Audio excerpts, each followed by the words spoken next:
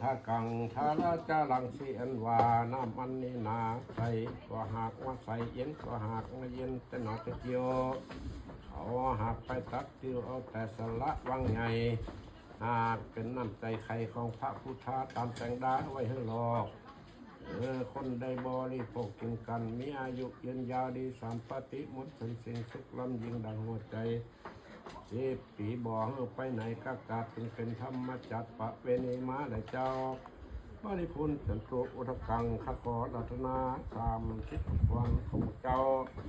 จุงมาเสวยข้าวน้ำโภชนาหารพี่น้องตกแต่งดาวยังเข้าควรเราคน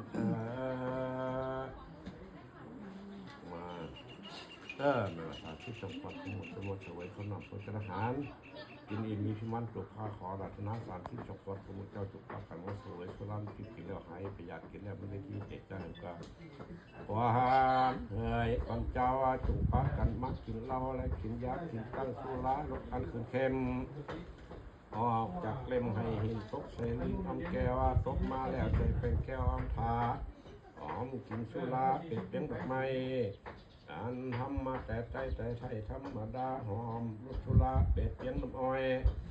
เป็นเหล้าน้ำจ้อยเกิดมายำเมื่อหัวที่กินแล้วมีฤทธิ์อนุภาพ